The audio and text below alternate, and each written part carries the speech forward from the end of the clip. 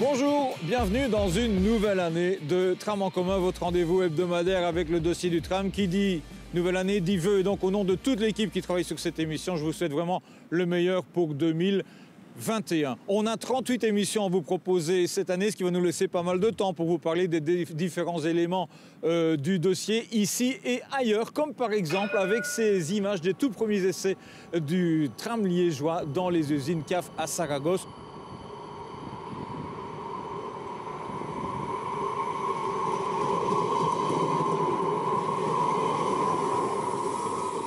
On a donc entendu le premier ding-ding du tram de Liège.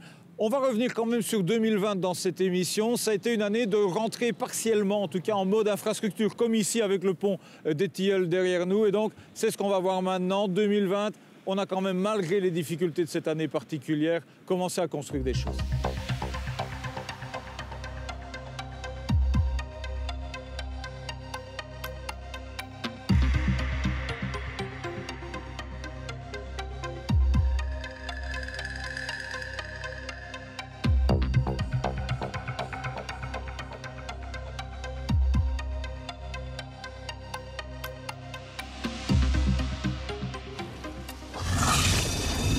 En janvier, deux ponts sont détruits entièrement ou partiellement, celui des Tilleuls et celui des Modeleurs. Ils seront transformés à leur reconstruction, on va le voir dans un instant.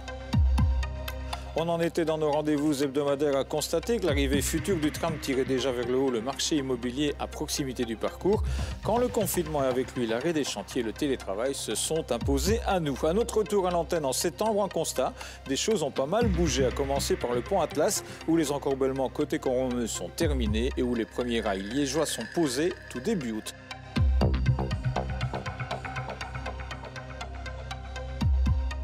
Bouger aussi le centre de maintenance et de remisage à Bressou, où le gros œuvre est à ce moment-là terminé. Ce lieu essentiel pour la gestion du tram, mais aussi pour les usagers, n'attend plus que ses finitions et les rails qui y mènent. Et à propos de rails justement, pour ces deux chantiers, Atlas et Bressou, 1300 mètres de rails ont déjà été posés au total.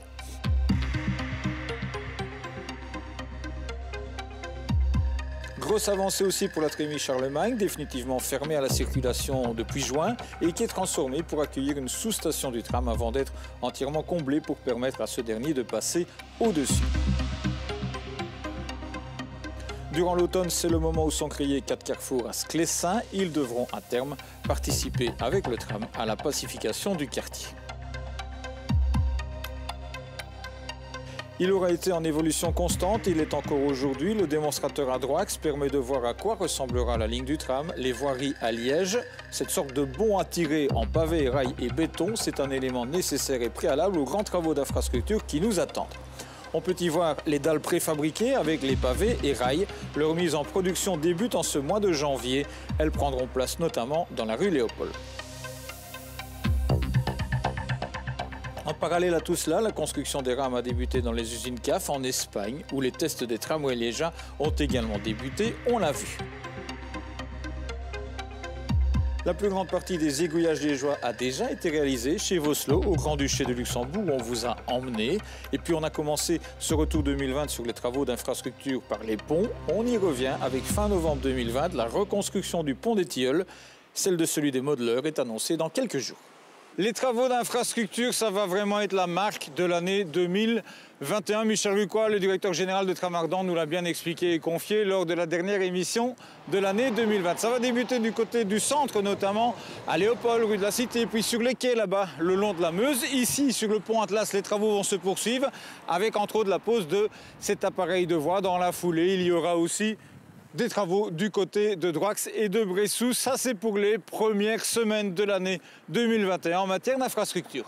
Et en parallèle, les travaux de sondage se poursuivent en différents endroits de la future ligne du tram, de même que les déplacements d'impétrants. Ici, début janvier, c'est le cas, boulevard de la Sauvenière. Ce sera le cas dans la foulée, avenue d'Estenay. Sachez que ça va entraîner ici une réduction des bandes de circulation dans les deux sens. Tenez-en compte évidemment. C'est l'occasion pour moi de vous rappeler qu'il y a des outils pour vous informer régulièrement de l'évolution du chantier et de l'emplacement des différents travaux. Il y a bien sûr le site web du tram, le tram.be, précédé bien sûr du 3xW. Il y a le numéro de téléphone gratuit 0800 88 022. Un autre site web, celui de la ville de Liège, liège.be/tram. Et là, vous pouvez vous abonner pour recevoir par email ou par SMS les informations sur les chantiers. On n'oublie pas non plus que les automobilistes peuvent utiliser l'appli Waze qui est partenaire aussi dans l'aventure et qui donc signale l'état de la circulation en temps réel dans les rues de la Cité Ardente. Et puis pour le reste, pour le chantier, le dossier, tous ses tenants et ses aboutissants, on se retrouve chaque mercredi pour Tram en commun en télé et puis bien sûr sur le web aussi. Je vous dis donc à la semaine prochaine. Le tram, on l'a toutes et tous en commun.